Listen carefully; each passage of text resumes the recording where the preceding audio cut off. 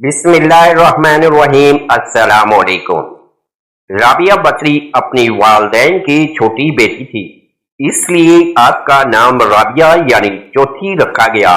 وہ انتہائی غریب معزز گھرانے میں پیدا ہوئی۔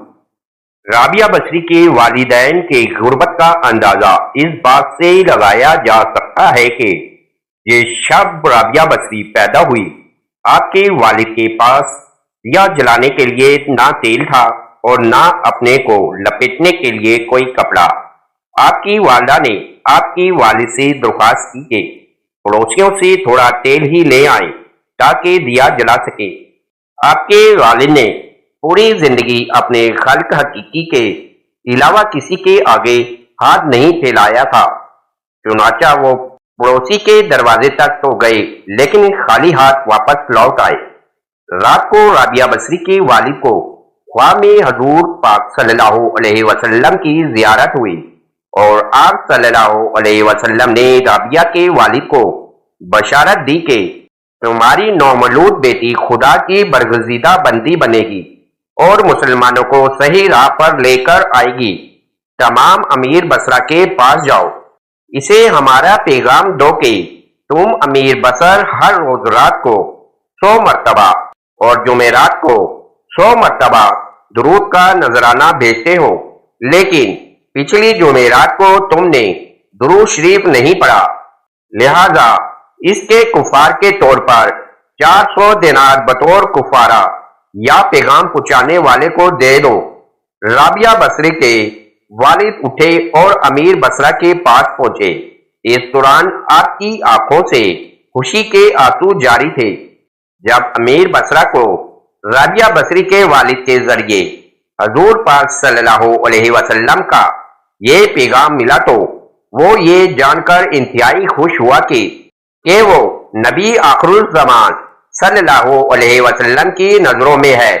اس نے شکرانے کے طور پر فوراً 1000 دینار غربا میں تقسیم کرائے اور 400 دینار رابعہ بصری کے والد کو ادا کیے اور ان سے درخواست کی کہ جب بھی کسی چیز ضرورت ہو بلا جھجک تشریف لائیں۔ کچھ عرصے کے بعد رابعہ بصری کے والد انتقال کر گئے۔ جب آپ 8 سال کی ہوئی تو بصرہ میں خوفناک قحط آ گیا۔ اس ہولناک حالات میں رابعہ بصری نے اور ان کے تمام بہنوں نے چند دن کے فاقے تو برداشت کر لیے، لیکن جب بھوک حد سے گزری تو بھیک مانگنے تک نوبت آ گئی، مگر کوئی کیسے بھیک دیتا کہ دینے والے کے پاس خود کچھ نہیں تھا۔ ایک مرتبہ بصرہ کا مشہور تاجر عتیق ادھر سے گزرا تو اس نے چاروں بہنوں کے زرد چہروں اور پتھری ہوئی آنکھوں کو دیکھ کر پوچھا، آپ کیا چاہتی ہیں؟ ایک بہن نے کہا، ہمیں کچھ کھانے کو مل جائے تاکہ ہماری سانسوں کا رشتہ جسموں سے منقطع نہ ہو۔ عتیق کی نگاہ سب سے چھوٹی بہن پر پڑی جو خاموش بیٹھی ہوئی تھی۔ اس کے چہرے کی معصومیت سے متاثر ہو کر عتیق نے پوچھا، اے لڑکی، تجھے بھوک نہیں ہے؟ نکاہت بھری آواز میں جواب ملا، بہت بھوک ہے۔ عتیق نے کہا، تو پھر کسی سے روٹی کیوں نہیں مانگتی؟ رابعہ نے عجیب جواب دیا، جس سے مانگنا چاہیے اس سے مانگ رہی ہوں۔ عتیق نے دوسرا سوال کیا، تو پھر تجھے ابھی تک روٹی کیوں نہیں ملی؟ رابعہ نے جواب دیا، جب وقت آئے گا وہ بھی مل جائے گی۔ عتیق لڑکی کے دانشمندانہ جواب سے متاثر ہوا اور اس نے دل میں فیصلہ کیا کہ یہ 8 سال کی چھوٹی لڑکی اگر مجھے گھر کے کام کاج کے لیے باندھی کے طور پر مل جائے تو سودا اچھا ہے۔ اس نے بڑی بہن سے کہا، میں تمہیں اتنے پیسے دیتا ہوں کہ قحط کے حالات میں تمہیں کسی اور کے سامنے ہاتھ پھیلانے کی ضرورت نہیں پڑے گی، مگر شرط یہ ہے کہ چھوٹی بہن کو میرے ساتھ بھیج دو، یہ میری خدمت کیا کرے گی، اس کے کھانے پینے کی ذمہ داری میں خود پوری کروں گا۔ بہنوں نے ایک دوسرے سے آنکھوں ہی آنکھوں میں سوال کیا کہ ایسا ہو جائے تو سب کی عزت و آبرو اور جان محفوظ ہو جائے گی۔ بے سہارا نوجوان لڑکیوں کو غیر مردوں کے سامنے ہاتھ پھیلانے کی ذلت نہیں اٹھانی پڑے گی۔ رابعہ بھی قربانی دینے کے لیے تیار ہو گئی۔ عتیق نے دینار سے بھری ایک تھیلی بڑی بہن کے حوالے کی اور رابعہ کو ساتھ لے کر اپنے گھر آ گیا۔ معصوم بچی اپنے کاروان سے بچھڑ کر ایک صاحب ثروت انسان کی کنیز بن گئی۔ رابعہ نو عمر کی ہونے کے باوجود انتہائی مشقت اور ذمہ داری کے ساتھ اپنا کام پورا کرتی اور مالک کو کسی قسم کی شکایت کا موقع نہ دیتی۔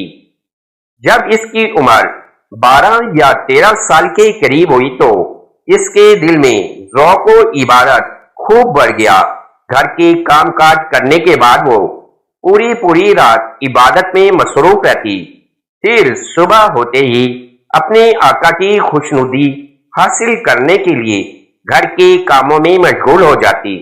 اتفاقاً ایک دفعہ رابعہ بصری کا آقا آدھی رات کو جاگ گیا اور کسی کی گریہ وزاری کی آواز سن کر دیکھنے چلا گیا کہ رات کے اس پہر کون اس طرح گریہ وزاری کر رہا ہے۔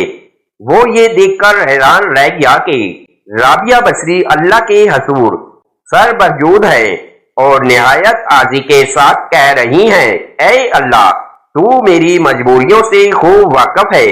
گھر کا کام کاج مجھے تیری طرف آنے سے روکتا ہے، تو مجھے اپنی عبادت کے لیے پکارتا ہے، مگر میں جب تک تیری بارگاہ میں حاضر ہوتی ہوں نمازوں کا وقت گزر جاتا ہے، اس لیے میری معذرت قبول فرما لے اور میرے گناہوں کو معاف کر دے۔